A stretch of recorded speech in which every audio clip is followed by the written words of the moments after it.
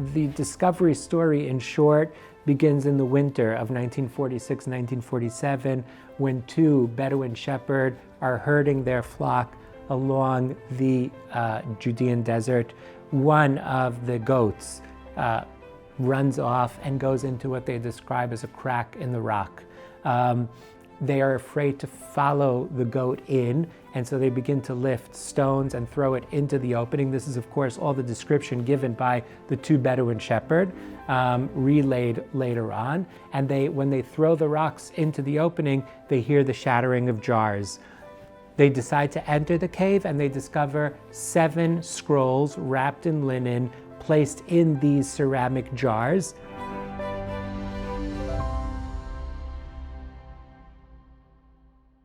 Hello, Bible lovers. Welcome to another episode of Unscrolled, Museum of the Bible's podcast about the history, the narrative, and the impact of the Bible in our society today. Today, we have a guest from Israel here to talk about, I think when we launch this episode, it will already be live. It's the Dead Sea Scrolls exhibition, launched on November 22nd here at the museum. And we have the ultimate expert on the Dead Sea Scrolls, Joe Uziel. He's the head of the Dead Sea Scrolls unit at the Israel Antiquities Authority. And we'll get into who that is in a moment. So welcome to Unscrolled, Joe. Thank you for having me. It's a pleasure to be here. Yeah.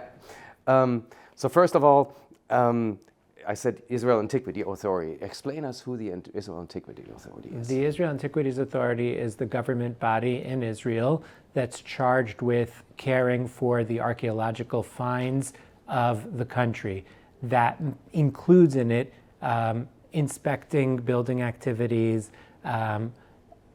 conducting excavations, conserving the finds, conserving sites, and doing research and analysis around the finds and publishing them. So we are the government body that basically has the law behind them in order to protect the artifacts of Israel. Prior to 1978, is that when it was founded? Well, no, almost. In 1978, the Antiquities law was passed, which turned Israel from the wild, wild west in terms of who was allowed to excavate and who could keep finds, making all the finds the property of the country and part of the cultural heritage of the country. Prior to that period, if you found an artifact, it was yours to keep. After 1978, that changed, and it was then the property of the country. And in 1991 was when the Israel Antiquities Authority was established to uphold that law, and basically gave the Israel Antiquities Authority the power to enforce the law and make sure that Israel's antiquities were kept safe. And the scrolls, which we'll talk about a little bit later, are a great point in case of how basically many of the scrolls were actually found by looters of the caves in the desert and then sold for monetary gain. And so we put a stop to that, and we changed the way in which archaeology is conducted in Israel. The Israel Antiquities Authority is the largest body of archaeologists in the country, with several hundred archaeologists, many of whom are doctors of archaeology and working in the authority to basically do archaeology at its best. So Israel is, it's fair to say, it's kind of like a treasure trove for archaeologists because of all the history there, and wherever you dig, there's always the chance that you find something that's hundreds or thousands of years old. Is that right? Yeah, Israel is filled with archaeological sites, and Israel is also one of the most heavily intensive excavated regions in the world because of its rich archaeological history and its rich historical past, linking between major cultures: Islam, Christianity, Judaism. If we go back a little bit farther, the Israelites, the Canaanites. Israel is rich in its prehistoric archaeological remains, and so it has a lot to offer. But it's also a country that is very quickly developing, and these development activities like building roads, constructing buildings, are quite often on archaeological sites because the archaeological sites cover so much of the land. And so each one of these construction activities has inspection to make sure archaeological remains aren't being damaged. And if archaeological remains are exposed during the inspection, that turns into an archaeological excavation. And so you can imagine that over the average year, there are hundreds of archaeological excavations every year in Israel. And those are just the excavations that we call salvage excavations relating to building and development projects.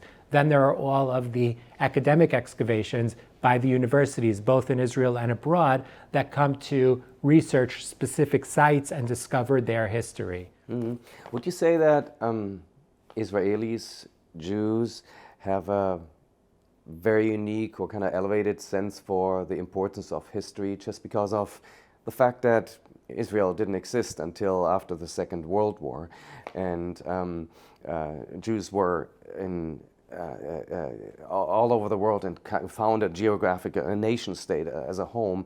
So when you do your work, and do you think the population of Israel is aware of the importance of what your job is to really preserve not just the artifacts, but the identity of a people? So I think that it's a bit of a pendulum. In the early years after the establishment of the State of Israel in 1948, there was a lot of interest in archaeology because of what you mentioned of this strong connection between the people and the land.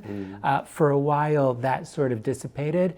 And in recent years, and particularly the Israel Antiquities Authority has put at the forefront of its mission to do a lot of outreach and a lot of, I'd say, publicity in order to get the broader population involved. But I would say that it's not just about getting the broader population of Israelis and Jews around the world interested, but rather the archaeological finds I think draw the interest of the world over, whether you're a Jew, whether you're a Christian, whether you're an atheist, whatever you are, you seem to be drawn to this. And the reason that Israel's archaeology is so much of interest is because of its rich past, its rich history, but also its relationship to both modern Western culture and to the major monotheistic religions in existence today.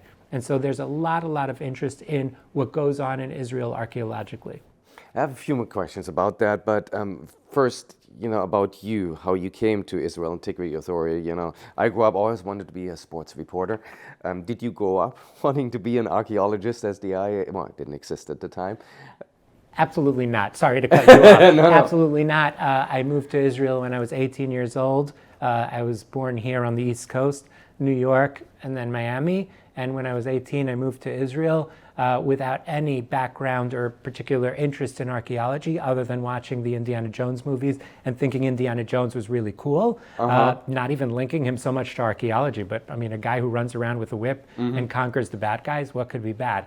But and that's your job today. No, well, no. That's something I learned. The connection between Indiana Jones and archaeology is just about as strong as the connection between Han Solo, Harrison Ford's other iconic character, and archaeology. There is no connection, although I think there is important, as a side note, to popular interest in archaeology through popular media such as Indiana Jones and later on Lara Croft and Indiana Jones again because now there's recently a new movie. It, right? Yeah, there is.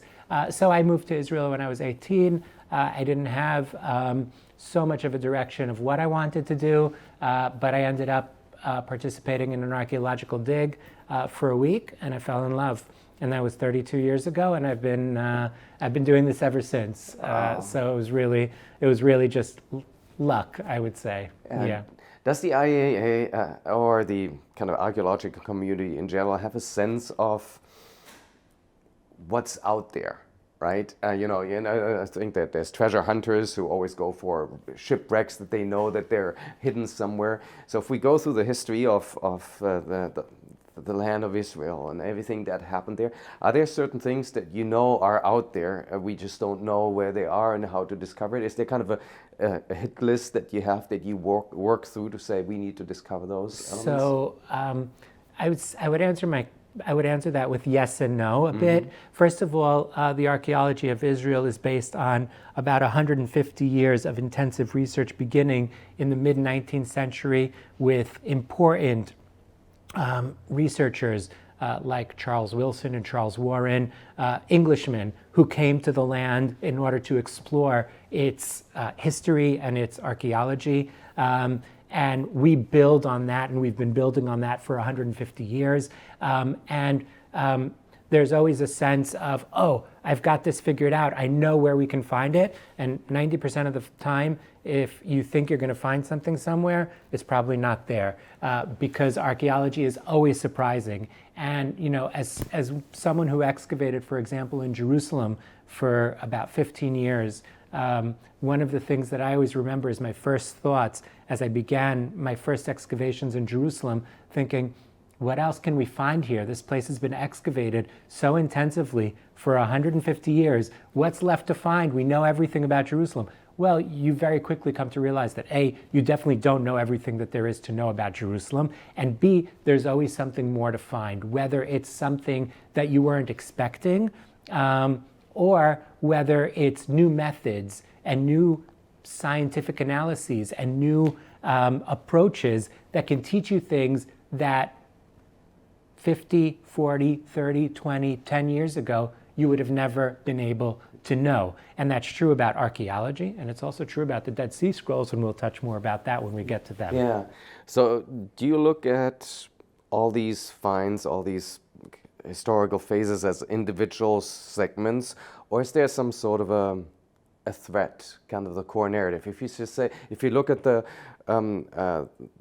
wholeness of the discoveries that you went through, is there something in there? They say there's a core narrative in all of this that connects all of the finds. Well, there's definitely a thread connecting all of the cultures and all of the activities, and at the same time there's a lot of offshoots, and so it's a little bit of a mix of both. I mean, there's no doubt that even if we go back to the period of the Bronze and the Iron Ages, what's often called the First Temple period, the Israelite culture builds off of the Canaanite culture, and the Judahite culture builds off or stems off of from the Israelite culture, and the Second Temple period Jewish culture stems off from the First Temple period culture. And so there is a thread or a core that's continuing from the earliest occupation in Israel and throughout its history. At the same time, because Israel is a small land, but it is a sort of crossroads, and it is something that drew a lot of interest from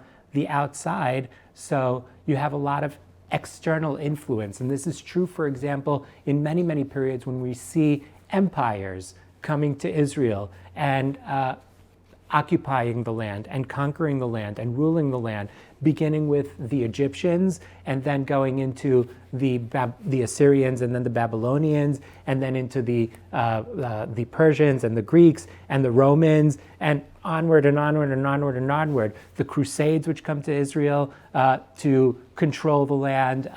And so you constantly have this sort of mix of local cultures with external influences and external populations joining together and creating a very, very unique situation of a combination of cultures that are stemming out from the land. Yeah. As an individual and as a representative of the IAA, do you stay within kind of the archaeological assessment of what you do in the historical context? Or is there a point where you kind of cross over to, let's call it theology, kind of the assessment to talk about the relationship with God and Israel as a people or us as human beings? Is that a dimension of your work? No. We, as archaeologists, first of all, stay true to a specific methodology which says, first and foremost, we're working with the facts on the ground, with the things that we discover, trying to interpret them and decipher them in the best way possible without outside influence and without outside, I'd say, subjective aspects. At the same time, we are aware that archaeology doesn't give the complete picture.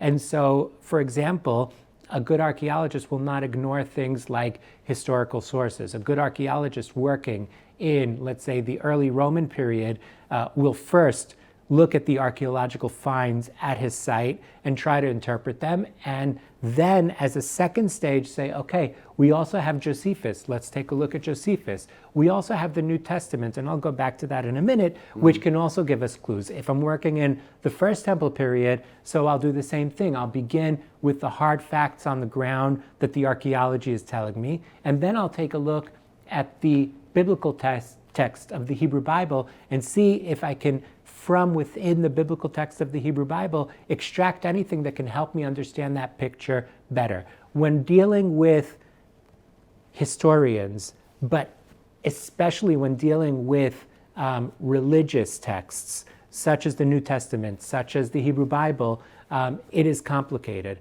When we're talking about historians, and we could see this today, if you take one singular event occurring in modern times and you take a look at 4 different newspapers, you have different angles given to the same story. Quite often those angles can be significantly different. And this is true of any historian.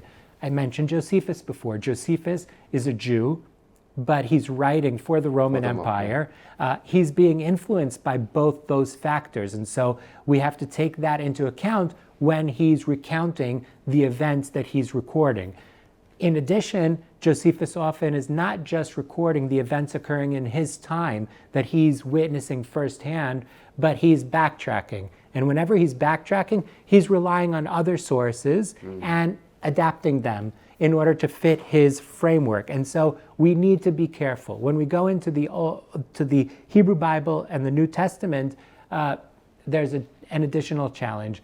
These texts are religious texts. They are texts that are meant to relay very, very specific, I'd say, doctrines of practice, religion, belief, ideology, and they're less concerned with recounting the history. That doesn't mean that there aren't historical aspects which we can draw from within the text. I'll give an example from the world of the Hebrew Bible for a minute. The Assyrian conquest of Jerusalem in 701 BCE is something that's recorded both in terms of the archaeology of Jerusalem, in terms of the Hebrew Bible, and in terms of Assyrian textual records. Each one of them records certain aspects of this. At the end of the day, all 3 are recording very, very specifically the same thing. Jerusalem withstands the 701 siege of the Assyrians, okay? So it doesn't matter whether you look at it from Sennacherib's point of view, who says, I placed Hezekiah in like a bird in a cage. It doesn't matter whether you're looking at the archaeology, which shows that the city was not destroyed and continued to flourish through 701 and beyond, or whether you take a look at the biblical account of the plague which strikes the Assyrian soldiers and causes them to turn away from Jerusalem and abandon the siege. At the end of the day, the event is the same. Which one of these, whether it's the Assyrian version or the biblical version, well, both are influenced by different things, and so it makes it challenging. But at the end of the day, there's a lot to extract from both the Hebrew Bible and the New Testament, which can be important for understanding the context in which the archaeological remains that we're discovering are. But as an archaeologist, I'll always start with the archaeology. I'll make sure I've maximized my knowledge that is fully based on the archaeological data, and only then will I move into the world of studying the texts. Okay. So you make that transition at some point of, call it interpretation, or put it into the religious context, because I think a lot of the people who are the recipients or the beneficiaries of your work are people who are believers, who just want to understand Scripture better, get the context and say, what is it actually telling me?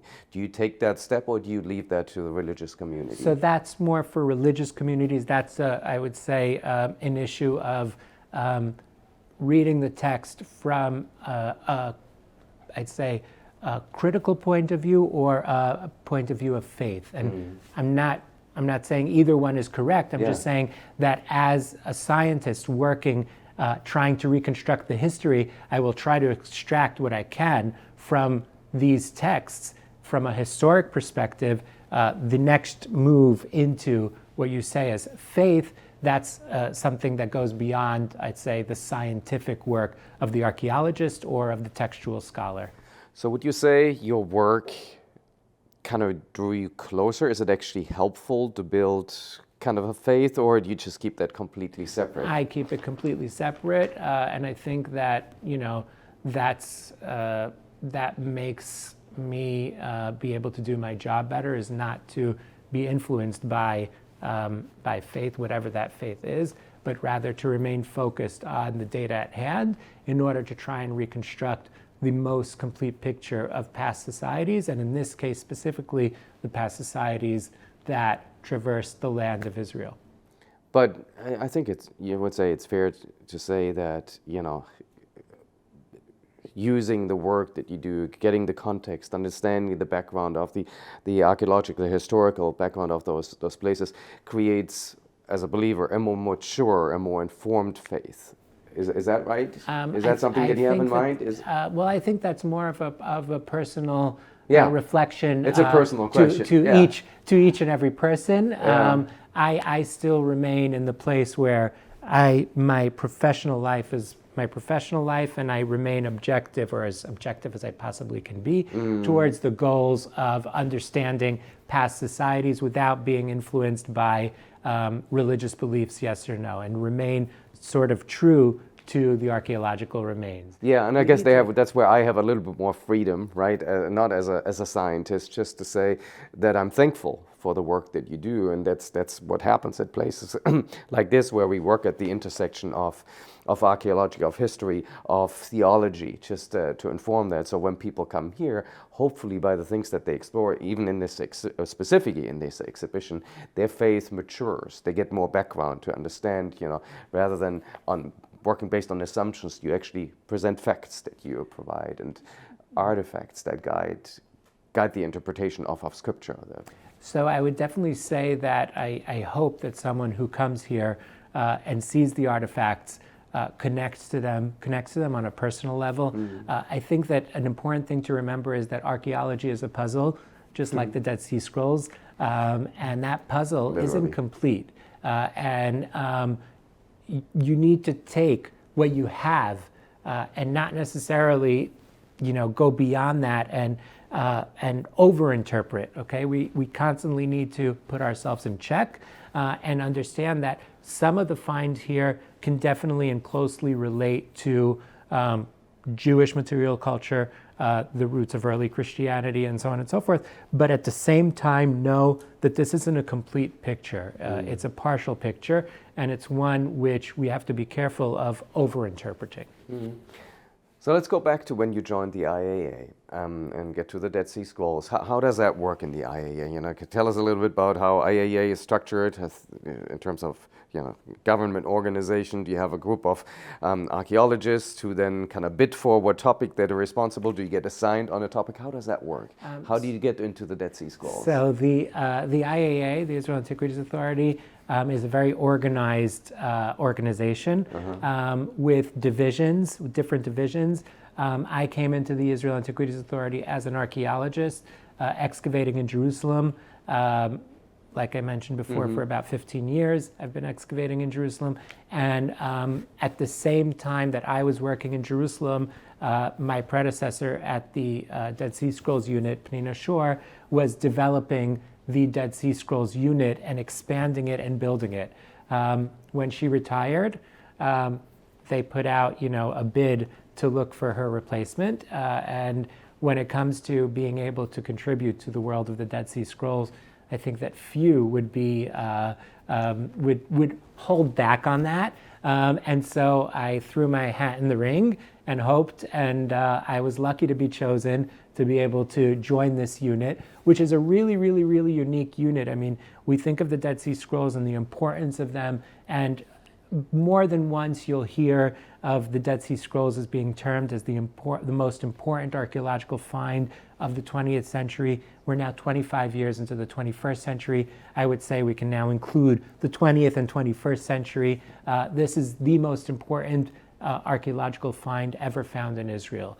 And being able to contribute to that is an honor, it's a privilege, it's a burden. We take our job seriously. And it's much, much more complex than just reading the texts, because reading the text is exciting and it's fun. But our main goal, beyond anything else, is if these fragments stood the test of time and were given over to humanity after 2,000 years of resting in the cave, then our job at the Israel Antiquities Authority is to make sure they continue to exist for hundreds and thousands of years forward. And that's more complex than it sounds, because these texts are written on organic materials. They're written on leather, they're written on papyrus. In humid climate, they will decompose. And so we need to make sure that we keep very strict climate control around the scrolls. Lighting, like the lighting on us right now, will cause the ink to fade. And so we need to minimize the lighting and make sure that they're not exposed for too long. One of the cool things about this exhibition is that any visitor shouldn't visit the Museum of the Bible once during this 9-month exhibition, not twice, but actually 3 times, because every 3 months we come in to the exhibition, we pull out the 8 scrolls that are on display, and we replace them with 8 new scrolls. And so someone who visits the museum over the next 9 months 3 times will not see 8 scrolls, but see 24 scrolls, okay? And those scrolls that are pulled then rest in our safe rooms for 5 years. I'll give an example. On display right now, can I give this away? Oh, absolutely. Okay, yeah. so on display right now is the first chapter of Genesis, okay? In the beginning. In the beginning. It will be on display for 3 months. It hasn't been on display for over 10 years because of COVID, so it got a little bit of extra rest. And it won't be on display for 5 years, at least, after it's removed from display. And then it may not be on display here in the United States, so it might be a once-in-a-lifetime opportunity for some people. Very, very well may be a once-in-a-lifetime opportunity. And so it's important to remember the complex nature of these scrolls and how much of a unique opportunity it is to be able to come and see some of these scrolls, which another thing I'd like to mention is some of the scrolls on display in each of these rounds have never been displayed before. We prepared specially for this exhibit scrolls that had never been seen before, never displayed before, and they're on display for the first time here at the Museum of the Bible. Which ones are those? For example, I'll give an example of the set on display now, Astronomical Enoch, fragments of the Book of Enoch, which is a very, very, very cool extra-biblical book. So a little bit of background for those who don't know. The Bible, the Hebrew Bible, as we know it today, is a process which for certain ended about 1,000 years ago when the text was sealed and no more changes were made. They include, the Hebrew Bible includes very specific books, and there are representations of those books, of all of those books except for one, the Book of Esther, in the Qumran caves. However, that's where the Dead Sea Scrolls were found. And that's where the Dead Sea Scrolls were found. However, in addition to those books, when we go back to the period of the Second Temple, the period when the Dead Sea Scrolls were written, there were slight differences in those books, and there were also additional books that, in terms of their literary genre, were very, very similar. And some of these books we know of before the discovery of the Dead Sea Scrolls through their preservation in Christian literature. For example, Enoch. And Enoch is, of course, the patriarch of Noah, who the book of Genesis tells us was taken up to the sky. In other words, he doesn't die, at least according to the interpretation of the text as it's written. And the book or the books of Enoch, I should say, tell the stories of his travels among the stars and the planets in the heavens, where he describes a lot of events. For example, a lot of the descriptions of the calendar stem from Enoch. The planets, the stars, such descriptions appear in the book of Astronomical Enoch. And then, of course, there are other chapters, the Book of Giants, and so on and so forth. And this is all a whole slew of literature that belonged to Second Temple period Judaism, and that was, to a certain extent, lost or brushed aside because it was not included in the canonization of the Hebrew Bible. So before we go more into the contents of the exhibition, excited about this. Let's talk a little bit about the discovery of the Dead Sea Scrolls. You mentioned, inspired by Indiana Jones to get into archaeology. There's a little bit of an Indiana Jones flavor to the discovery of the Dead Sea Scrolls. Kind of walk us through that. For sure. So the discovery story, in short, begins in the winter of 1946-1947, when two Bedouin shepherds are herding their flock along the Judean desert. One of the goats runs off and goes into what they describe as a crack in the rock. They are afraid to follow the goat in, and so they begin to lift stones and throw it into the opening. This is, of course, all the description given by the two Bedouin shepherds, relayed later on. And when they throw the rocks into the opening, they hear the shattering of jars. They decide to enter the cave, and they discover 7 scrolls wrapped in linen, placed in these ceramic jars, like the ones you see here on display. They remove those scrolls, and they take them to an antiquities dealer in Bethlehem, who then splits them up into 2 groups. The first group, 3 scrolls are sold to Professor Eliezer Sukenik of the Hebrew University on the 29th of November, 1947. This is an important date in Israel's history, in modern Israel's history, because it's the date of the declaration of the State of Israel by the UN. And the second group has a little bit of a longer story. It's taken to the American School of Oriental Research, what's now known as the Albright Institute. There they are photographed. The photographs are sent to William Foxwell Albright here in the US. He then examines the photograph and returns with a letter stating that this is the most important manuscript find of their time, congratulating them for their discovery. The letter is on display here, courtesy of the Museum of the Bible, in this exhibition. And they sort of stay in limbo for several years until June 1st, 1954, when an ad is taken out in the Wall Street Journal putting them up for sale. And through middlemen, Yigal Yadin purchases them for the State of Israel. And those are the 7 original scrolls found in the first cave at Qumran, what we call Cave 1. But if there are 7, there are more, and both the scholars and the Bedouin realize this, and they begin a race to get to the fragments first. I can say that the race is largely won by the Bedouin. They know the terrain better, they're more familiar with the region, and they are quite often the first to find the caves and discover the scrolls. But there is a very, very good cooperation between the scholars and the Bedouin. And the Bedouin are often selling the fragments to the scholars who are sitting in the Rockefeller Museum in Jerusalem. They are cooperating with them most of the time, showing them where they found the scroll fragments, and then often the archaeologists will come in after the Bedouin had been there and continue the excavation and find additional fragments that join with the fragments brought to them by the Bedouin, authenticating that these are in fact real fragments found in these caves.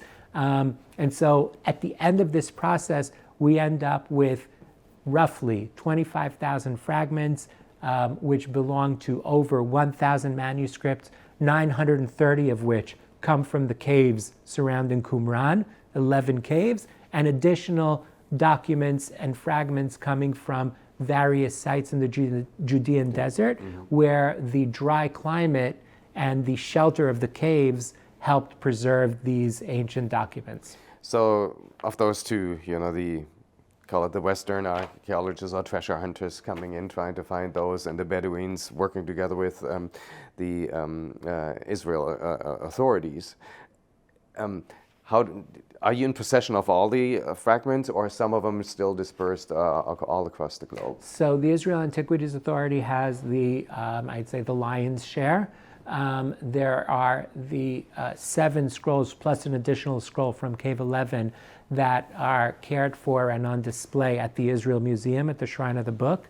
There are small collections elsewhere at Amman in Jordan, in the National Library in Paris. There's a small collection, and there are several small private collections, but for the most part, we're in possession of the lion's share of the collection. And not only that, but for the past 10 years, since it became clear that there were still attempts of looting these caves, the Israel Antiquities Authority has been proactive in creating a situation where a team of archaeologists from the anti-theft unit has been surveying the entire desert, locating and mapping the different caves, those that were known to us and many which were not known to us, excavating where there were signs that there was potential of finding additional archaeological remains, including scroll fragments.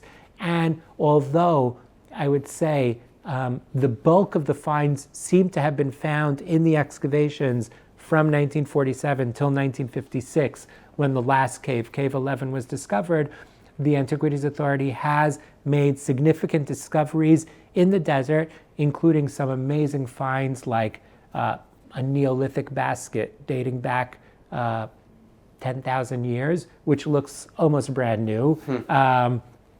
Beautiful metal finds, coins, and additional scroll fragments, which continue to come out of controlled excavations. And these are super important because when a scroll or a fragment comes out of a controlled excavation, we're not only looking at that fragment per se, but the entire corpus of finds found with it. And we can tell so much more about it when we know, okay, this scroll was found in this cave that was used in this time period. And alongside the scroll, we found these and these finds, which tell us a little bit more about the people who took the scrolls to these caves. Yeah. So you mentioned it being a puzzle, and there are these pictures of all those different fragments being on the table, and mind-boggling. Some people with cigarettes in their mouth rearranging them. Today you would say, how could you do this? But at the time, that's just what the practice was. Would you say that the puzzle is solved, or how far along are you kind of arranging all those different bits and pieces with the later finds? So that's an amazing question. Thank you for asking it. So I'll begin by saying, yes, we're very quick to look at scholars like Joseph Millick or Lancaster Harding, who had cigarettes dangling down from their mouths while they were working on the scrolls. I should say, on the one hand, the cigarettes are probably the least of our problems in terms of the damage that was caused by the initial scholars. Light, right? There was the lighting, there was the use of Scotch tape to piece together fragments, there was the arrangement of fragments in glass plates, which were stacked and created weight on them. There were a lot of problems, but it was all innocent, and it was all about not having knowledge of conservation back in the 50s, and nothing was done intentional. And at the same time, we can criticize them for that, but we still stand on their shoulders to this day in terms of the puzzle, okay? They did amazing, mind-boggling work in terms of this incredible puzzle of thousands and thousands of fragments, which don't all join together to completely, it's like if I gave you a 1,000 piece puzzle, but I only gave you 150 random pieces. Now start putting them together. Now I take 10 of those puzzles and I mix up all the pieces and I pull out a random number of pieces and now go do the puzzle. It's an impossible task that they overcame amazingly. And till today, the work that they did remains largely the consensus in terms of grouping together the fragments. That said, we're entering the digital world. And in the digital world, we now have so many new tools available to us at our fingertips. And so when we talk about piecing together the puzzle, we're now working with things like computer algorithms and AI that can help us piece together the puzzle better, match fragments better. So you take pictures of all the different fragments, type in the Hebrew text of, let's say, Isaiah or Enoch, and then say, hey, solve this for me. How does the puzzle belong together? And then it accelerates the process. Yes, and in addition to that, and I will say, there are certain things that weren't visible in the past within the scrolls that were, for example, crunched together and weren't able to be opened, which we can now do things like micro CT scanning, and together with colleagues from the University of Kentucky, unravel them or open them, virtually or physically. Virtually, completely virtually. And this is something that's on display here, and that's amazing. We can use AI tools to define a very amazing project by the University of Groningen in Holland, where they used our data set of images, and I'll go back to that in a minute, because it's not just pictures, it's images, in order to identify the strokes of the different scribes and group together fragments according to identifying who wrote the scrolls. And in terms of what the database is, it's not just random pictures. We're all used to now pulling out our cell phones and being able to take pictures freely. Because you have multiple copies of sometimes the same book, and then you don't know which piece belongs to which scroll, right? Exactly. But we've implemented a special technology which was developed by NASA called multispectral imaging. And it was adapted for documenting the scrolls.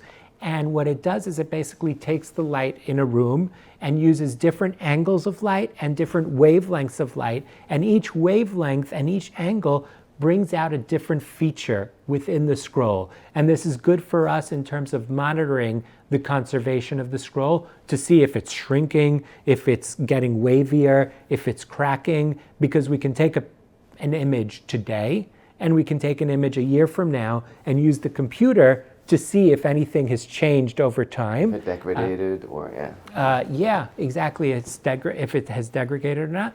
And at the same time, these features have helped bring out new texts that were not visible in the past. So even areas of the scroll that were completely darkened are now readable, are now visible to the eye.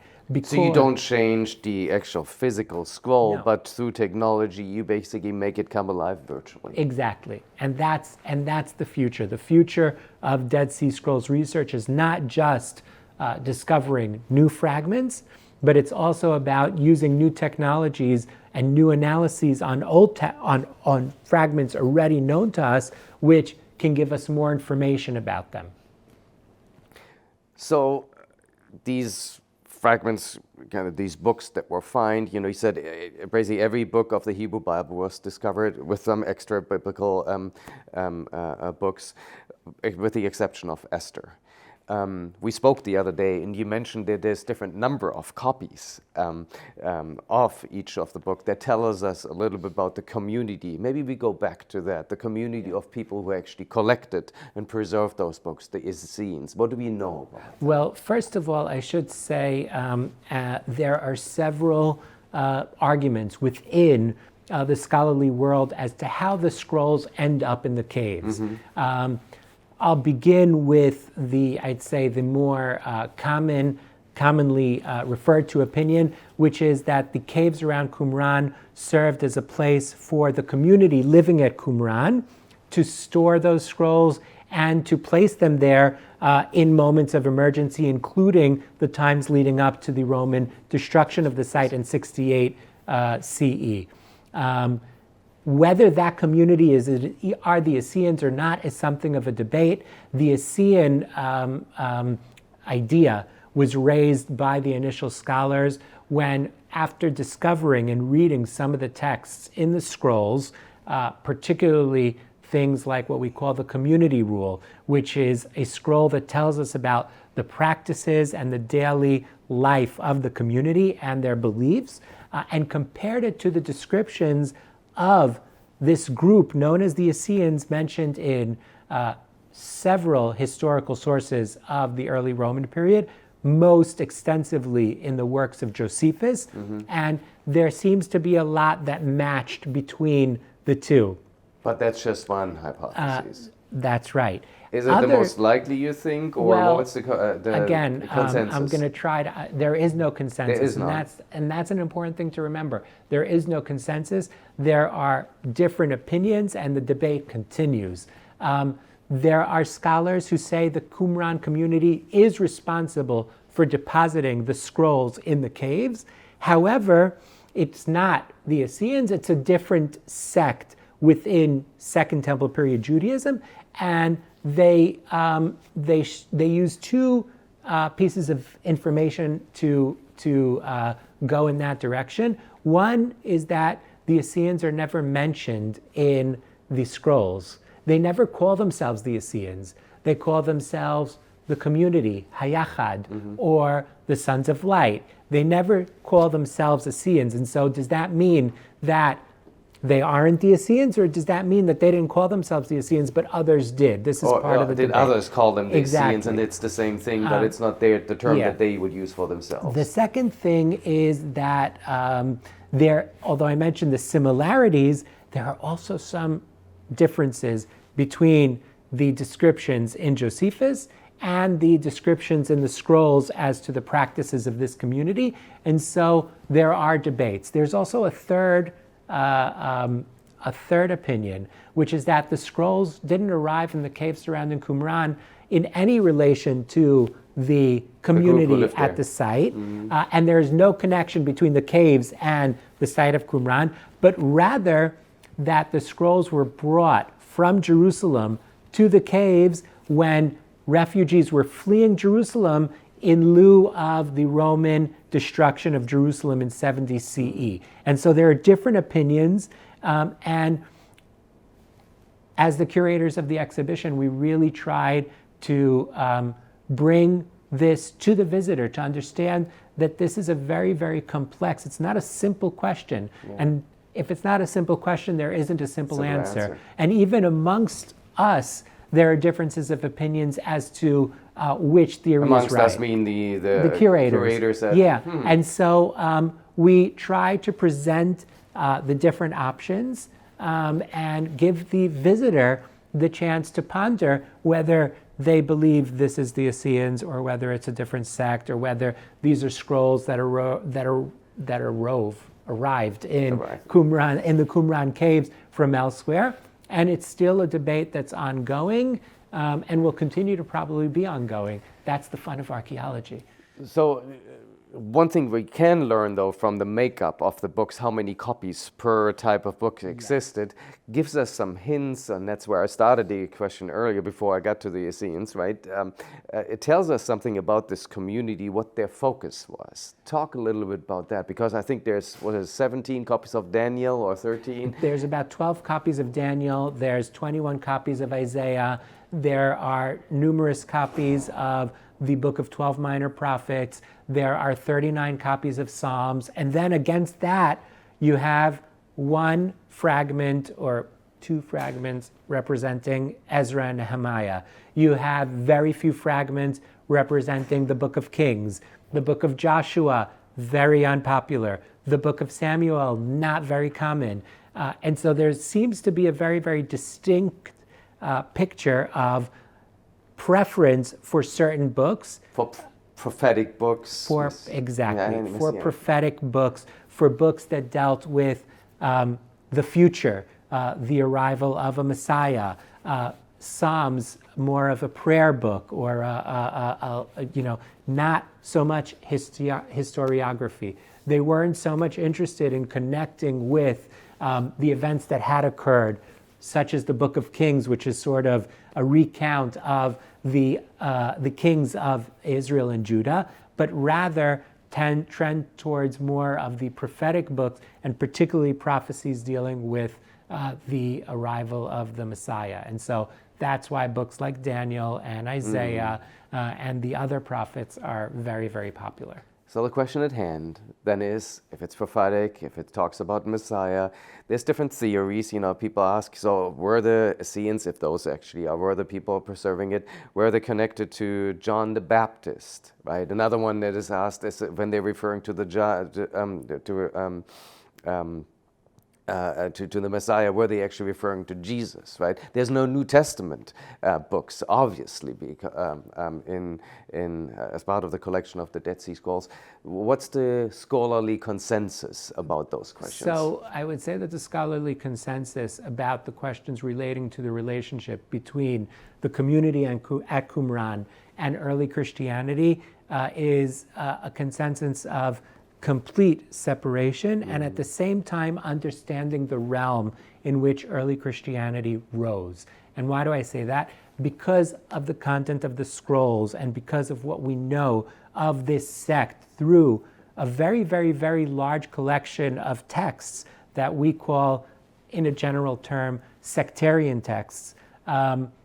This is not what early Christianity was. However, at the same time, it creates a very clear picture that when we think of Second Temple period Judaism, we may think of a very, sort of uniform group of this is Judaism, this is how they acted, this is what they did. No, there were different groups within Judaism. Some of them had more power, some of them had less power, some of them disappeared over time, some of them grew over time, but there was a lot of different ideologies stemming from within Second Temple period Judaism. There were different voices, and from within those voices is where early Christianity rose.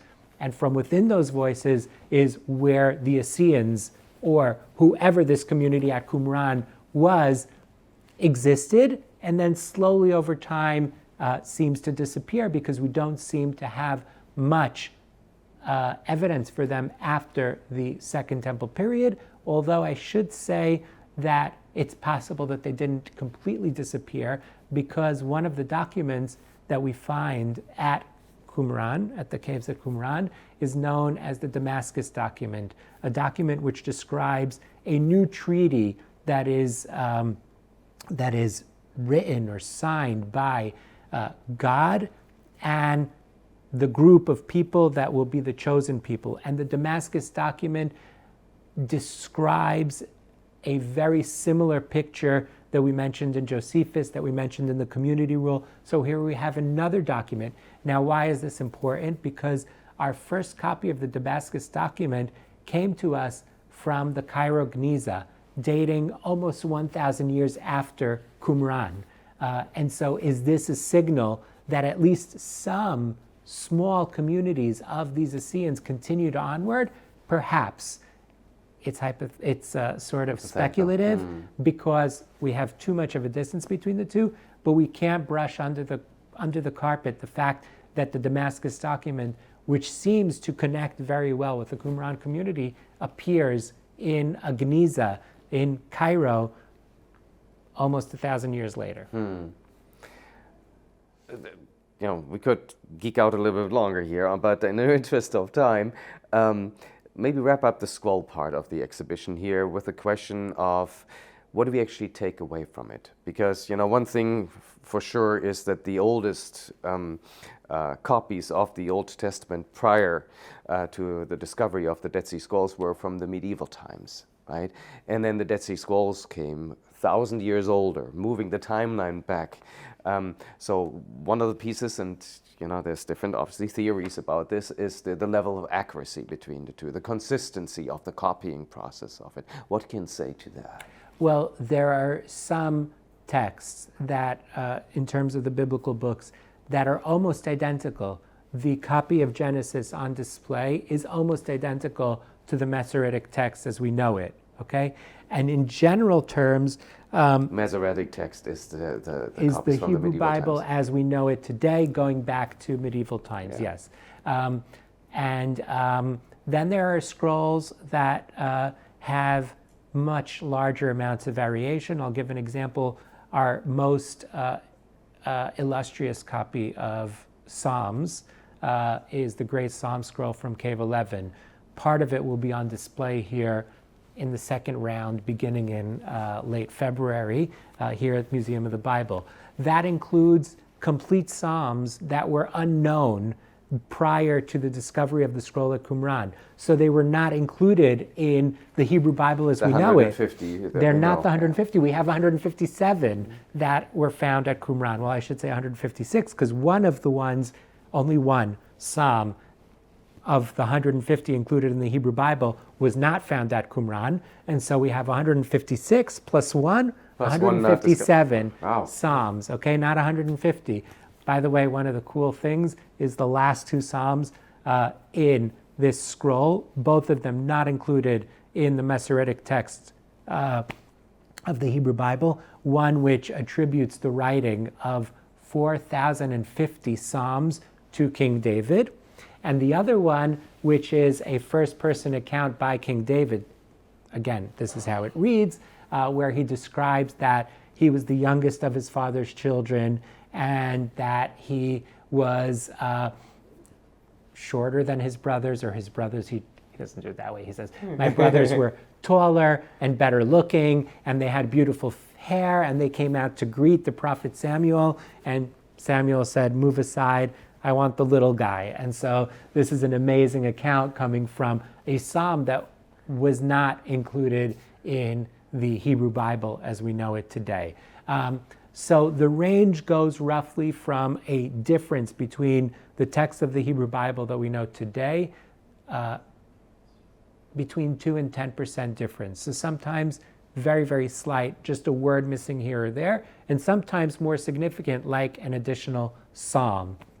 I would say that on a whole, none of, or just about none of these changes change the ideology or the messages of the Hebrew Bible, but rather this is about having different copies of the Hebrew Bible in this period, where one was, or different copies of the books of the Hebrew Bible, where one copy of each was chosen to be included in the final version when it was decided to seal it and not allow for this diversity anymore. That is stunning, considering how much time there is between the two copies, that the consistency, which talks to, we have a scribe who works here at the museum who works on the Torah to write it, and I find it inspiring, the reverence that he has to his work, and it just talks to the profession of a scribe to maintain the consistency, the accuracy, the integrity of Scripture. And I think that's something that's reflected by those 1,000 years in between those different documents. Is that right? Yeah, and I think that one of the amazing things is really something that we didn't even mention, but the fact that the scrolls written 2,000 years ago can be read just about by anyone who can read modern Hebrew, because it's the same script, it's the same language, and in some cases it's texts that are very, very recognizable. And I'd like to just give an example. When I first took this position in the Dead Sea Scrolls unit, I brought my children, who at the time were 8 years old. I have twins who are 8 years old, and I brought them to the lab, and we brought out a scroll, and it took them, I'd say, about 20 seconds, and after about 20 seconds they began reading the scroll as if it was written yesterday, and they are going back 2,000 years, and it's an amazing and I think a moving thing to think about the fact that for 2,000 years these scrolls lay in the caves and they can still be read as if they were written just yesterday. That gives you goosebumps, right? Yeah. That's special. Well, let's move on from the fragments to some other elements of the exhibition here. There's what's referred to as the Magdala stone. Tell us a little bit about that, what that is. Magdala is a town on the Sea of Galilee, quite often associated with Maria Magdalena. Whether that is her town or isn't her town, we don't need to get into, but what we do know is that a synagogue was exposed at this small village, the small Jewish village, a fishing village along the Sea of Galilee. And in this synagogue, an incredibly beautifully decorated stone block was found. That stone block is decorated with different Jewish symbols. There are palm trees, there are rosettes, which is like a flower that are very typical of Jewish decoration in the period, but also with elements that seem to indicate that the stone is trying to mimic the temple in Jerusalem. And so you have the arches showing the gateways, and you have the menorah and other symbols which seem to link between the block and the temple. And this is really, really cool because it seemingly shows us that the artisan who carved this block was familiar with the temple in Jerusalem and made a point to try to carve the stone in a similar manner. What the block was used for is something that's difficult to determine with certainty. It may have been used in the synagogue to put down scrolls, Torah scrolls, possibly even read Torah scrolls, but this is of course conjecture, and we can't be certain of this. Yeah, and some people assume, even because Jesus in the Bible is described that he visited synagogues in that area, that he possibly came to that synagogue, stood behind that stone and read of it. But we don't have a way of knowing it. But if we're already talking about other items, I'd like to just point out another item.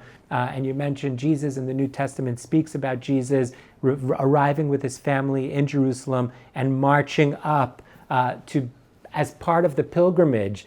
What's known in Hebrew is aliyah regel, or the climbing by foot to reach the temple and the Temple Mount.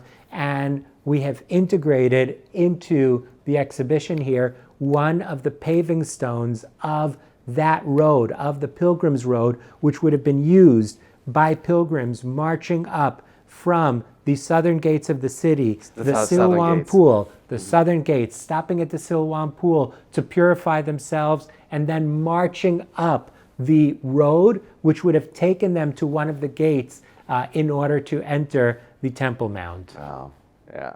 And there's another one talking about Jesus artifacts, is the Jesus boat, referred to very loosely. I don't want to tell the story. You tell us what the story of this boat is.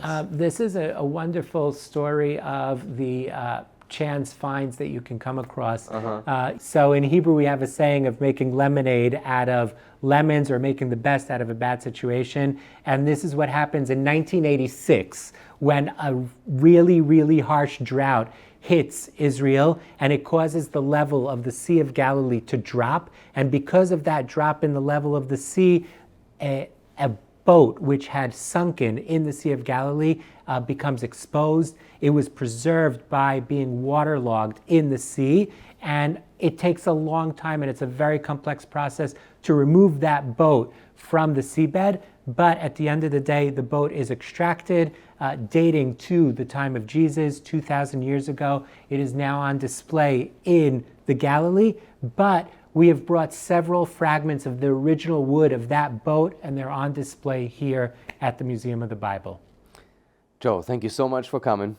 Thanks for the depth of knowledge that you brought to this. I hope we boarded everybody's mouth a little bit. So please join us at the Dead Sea Scrolls, starting, or has started when this airs, November 22nd all the way to September next year here at Museum of the Bible.